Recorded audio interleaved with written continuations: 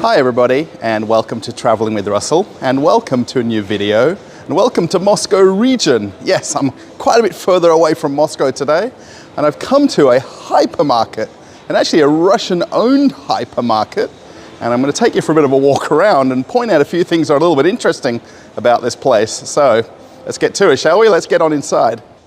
Now I'm actually in the lower ground floor of this shopping center. It's called Viva, the shopping center. Now it's kind of generic Russian shopping center. It's actually a three-level shopping center, but this whole lower level essentially is closed down.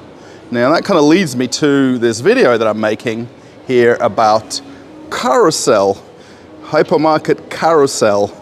Kind of like the carousel, like the kids ride on, but kind of with a K, but I guess that's how they spell it in Russia. But the thing with this hypermarket is it's actually owned by the largest supermarket chain in all of Russia called X5 Group, and they're the same owners as Perekrostok, as Pitorichka, as Chizhik, and essentially they're closing down all of their hypermarket locations. So what we're going to be seeing in essence is a fairly empty hypermarket. Now, if you have followed the channel before, you'll know that I tend to go to Globus a lot. Globus is my local hypermarket in the shopping center where I frequent quite a lot. It's on the same kind of metro line where I live. It's the same shopping center that I go to a lot because it's the closest to my house. Now, carousels were dotted all over Moscow and Moscow region, but essentially they're all gone. Now, this particular one is kind of closing now next week, so I've kind of caught it at a good time. Of course, there's still stock in here. There's still a fair bit of stock in here, and there's also a fair bit of emptiness as well. Now, I just want to point out sort of one thing that might be a little bit unique about Russian supermarkets in general. When you first walk in this hypermarket, and actually a few other hypermarkets too, you're kind of met by the kids section at the entrance, not necessarily the fruit and veg that you'd be used to. So they've kind of forced you to kind of go to the back of the store to get to the fruit and veg section, but then the kids kind of get distracted right as you walk in. So how kind of interesting is that? Now, I haven't been to a carousel before until today. I've been wanting to get to one for quite a long time, and most of them are kind of out in the regions of Moscow, so it's a little bit harder to get to. From where I live, they're all basically outside the kind of ring road of Moscow. We can see how empty it is. It's very well kept though. I mean, things aren't kind of strewn everywhere, but there's just really no more stock. I would imagine going back a month or so, they stopped sending things to the store, and they're just kind of making good of what's left. But there is one or two shoppers. We'll probably catch them kind of here and there. Now, this is Friday afternoon that I'm here shopping. This would be traditionally a considerably busier time shopping than where I am now today. The cat food section's still got plenty of cat food. Kit Kat and Whiskers. It's even got a kind of a bit of a special, I guess. Oh, that's the kids one. The kitten one. Cat food's always very cheap in Russia anyway. Now, I was kind of hoping to see some big markdowns and discounts, but so far, everything's kind of at normal ticketed prices.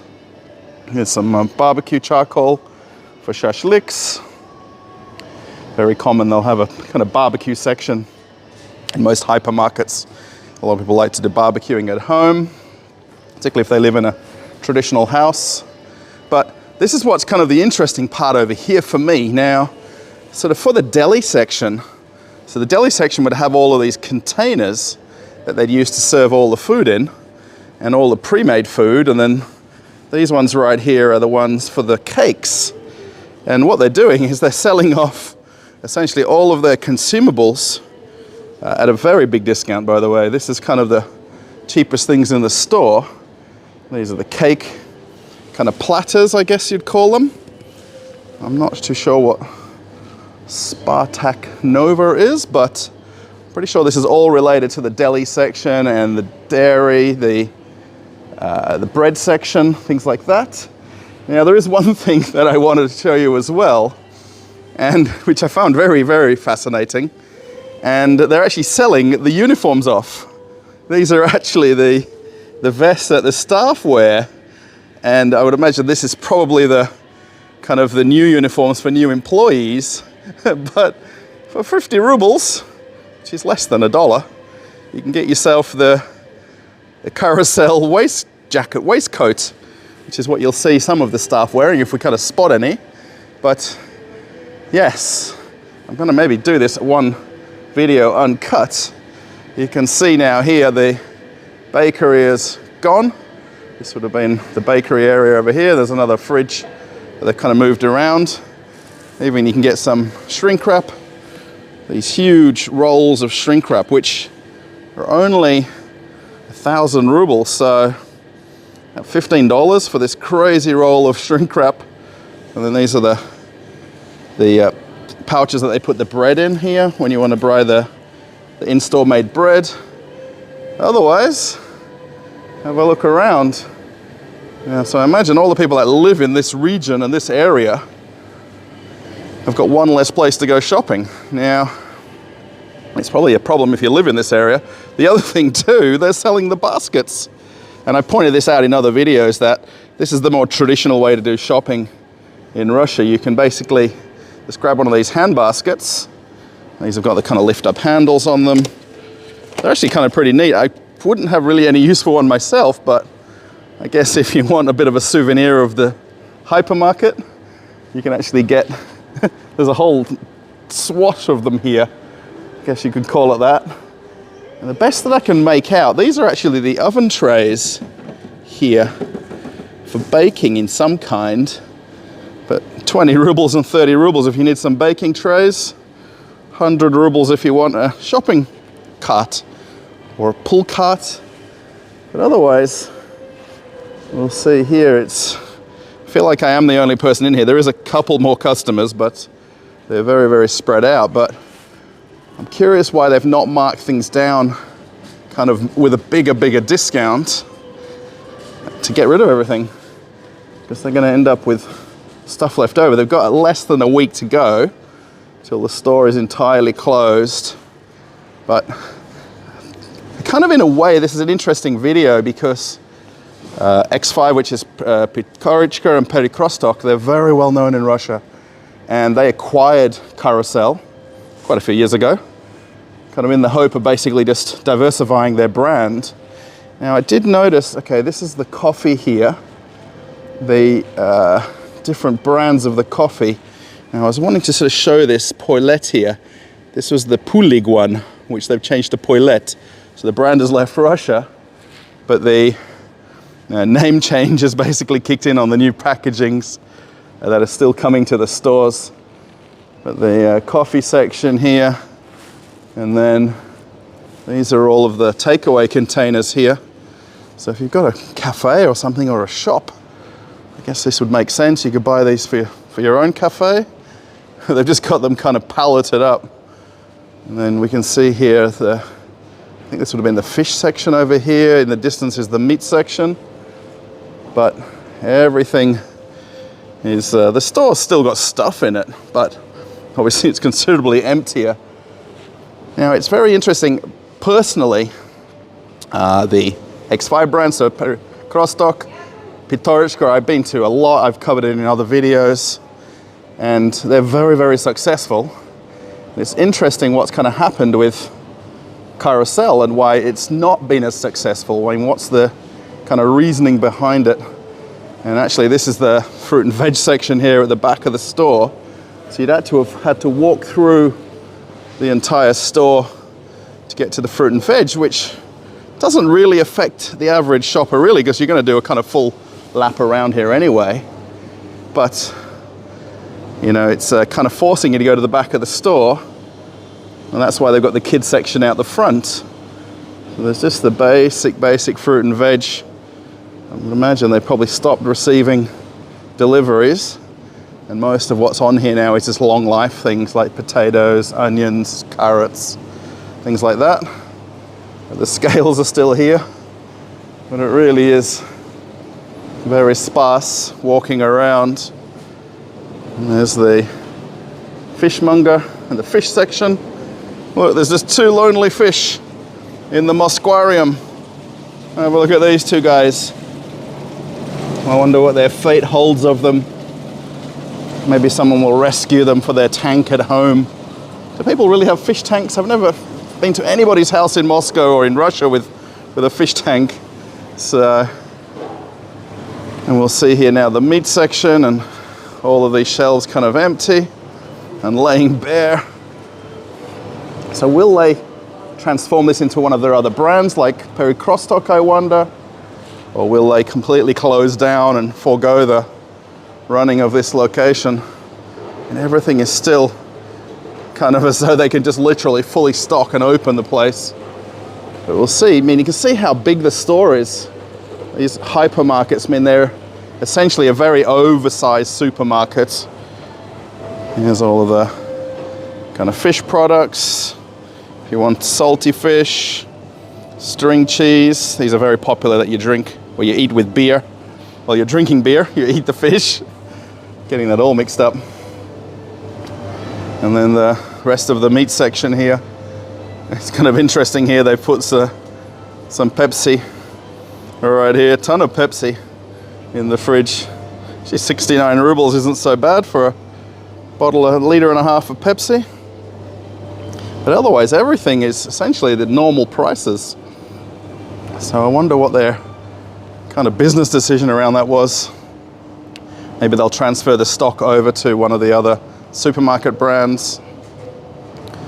Here we'll see the alcohol section. This would be all the spirits and beers, but not a whole lot to look at. Of course, everything is sort of here, and then again they're just not replenishing at all. Jim Beam Apple. These are more than available in Russia if you go to any liquor store. Even a lot of the brands that have said that they're no longer in Russia, they're still here. They're still available, they're just coming in through other avenues. All of the cognacs and brandies and liqueurs. And the wine section over here. And then everywhere you kind of get these end caps. They have the Dobro Cola, which would have really been Coca-Cola when this was kind of the brand when Coca-Cola was here. But obviously we know that Dobro Cola is from the same factory where Coca-Cola is made. Even the vodka section's looking a little bit sparse. But of course, a week to go and they're gone. So I thought it'd be kind of worth walking around and having a look and pointing it out. Because I really wanted to come here kind of a few months ago when this store was in full swing. And I just didn't get a chance to get out here. This is not anywhere near where I live. This is a good 2-hour trip to get to this store from my house. So if anybody wants to do buy me a coffee or donation alerts to pay for my bus and metro here, go for it. This kind of shows you how limited the freezer section is in Russian supermarkets here. There's just the one aisle over here. This, I imagine, would have been the fish, it looks like.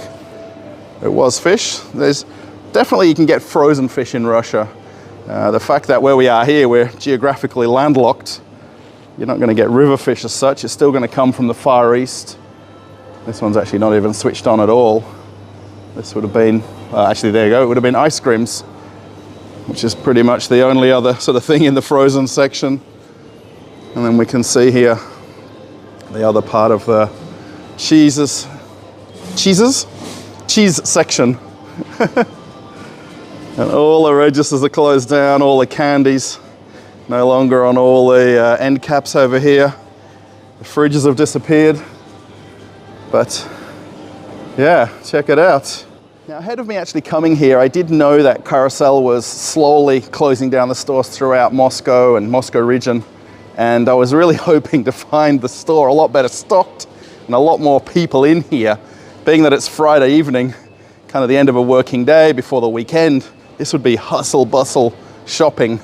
And actually, if I was to go to my Globus on the way home, which I've got to pop in and grab some things to go for dinner tonight, you know, it's really chalk and cheese difference. You know, basically the empty and the full. So really just wanted to show this. how it is right now. We can see the rest of the dairy section. In most supermarkets and hypermarkets in Russia, the dairy section takes up a lot of the store. There are so many different types of cheeses, milks, yogurts. It's kind of never ending when you come to the store. The amount of choices that you've got from the dairy section is just kind of crazy in my opinion. There's almost too many brands if you're going into the certain stores, in the dairy section especially. Well, they've really kind of put the dobra everywhere. Here is the other part of the beer section over here.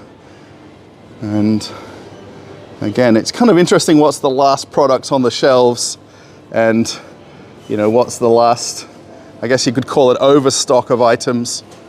You know, most of the things that'll be sort of remaining now are all essentially without best befores and use bys.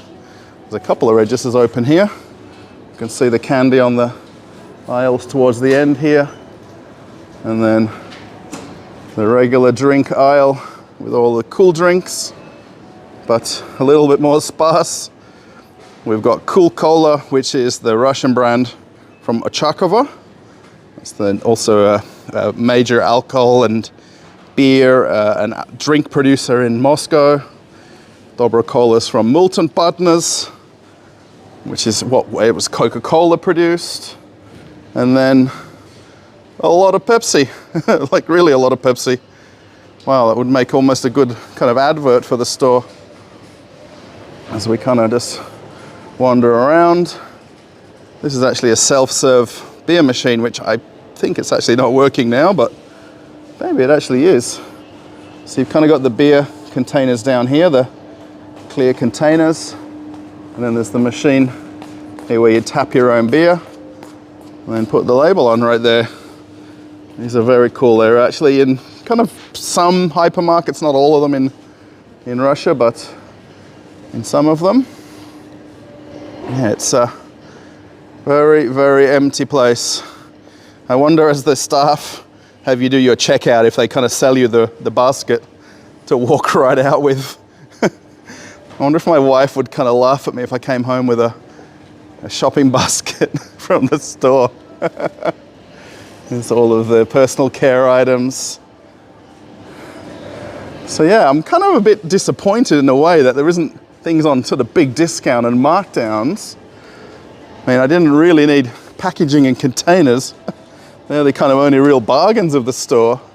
Otherwise, most things in here are at the regular ticketed prices that you would get at any sort of corner store. I could literally walk 50, 70 meters from my apartment and find things actually cheaper than they are in a hypermarket that's closing down, which I'm a little bit sort of dumbfounded by that. But yeah, actually this is the Porlig brand. So if anyone knows this Porlig, so these guys essentially left Russia, as they kind of keep saying all the brands have left Russia, and then they're still here, but they're called Paulette. So that's the old packaging and the new packaging in the same store. I was kind of looking for that a little bit earlier. So yeah, look how empty it feels. Okay, everybody, so we've kind of come to the end of the video. I just want to share a few of my thoughts about Carousel Hypermarket. Now, again, this is the first time I've been to one of these. I've been to other, this is actually Russian owned, right? So I have been to other hypermarkets around Moscow, and I kind of find this kind of interesting now is, in the current situation right now, is Russia suffering that there isn't enough shoppers? Are people not wanting to go to hypermarkets? You know, are people not spending enough money right now for these kind of big, huge sort of supermarket style places, hypermarkets, right? You know, are they just not able to kind of survive? You know, a lot of people in Russia, and even where I live, in this area where I am now, there is a lot of what they call close to home stores, where you can literally walk 50 meters, 100 meters, 500 meters, and go to a store which has essentially everything you've seen in this hypermarket at the same price or even less. I didn't really see any bargains today walking around here, so it's just very interesting, like why this kind of concept or this brand just hasn't done well in Russia? Is it really because of the current time we're in? I mean, we're 11 months into the current events happening around the world, or particularly in this region of the world. So, I mean, this shopping center, I mean, generally is very quiet. There really isn't people around, and for a Friday evening, this should be considerably busier than what it is. So yeah, let me know your thoughts about this. Post them in the comments. It's kind of a little bit of a two-sided coin, this video. One, I really wanted to come and see what Carousel is as a brand, and then to see it as quiet as it is, it's kind of very strange to see like that. It's a little bit echo as I get down to the kind of exit of the store here. So yeah, thanks for watching. If you did like it, give it a thumbs up. Post a comment, let me know what you think. Thank you to everybody who's a subscriber of the channel. I do appreciate your kind of loyalty towards my channel, and people who are doing things like donation alerts, buy me a coffee. Thank you very much. There's people that send money via the bank transfer, especially if you're in Russia, so thank you. I will be in the comments right after this video goes on the channel, so if you want to post a comment. And also, there is also a Telegram group, which there's a link in the description, where I post photos, particularly about my day-to-day, going out to these kind of places. I post photos of my travels. You might want to follow me on Telegram. So yeah, there's another video for you to watch right after this one. It's right here ready for you now. Check that out. It's another video from the channel. Maybe you haven't seen it already. And I'm off on another adventure. Bye, everybody.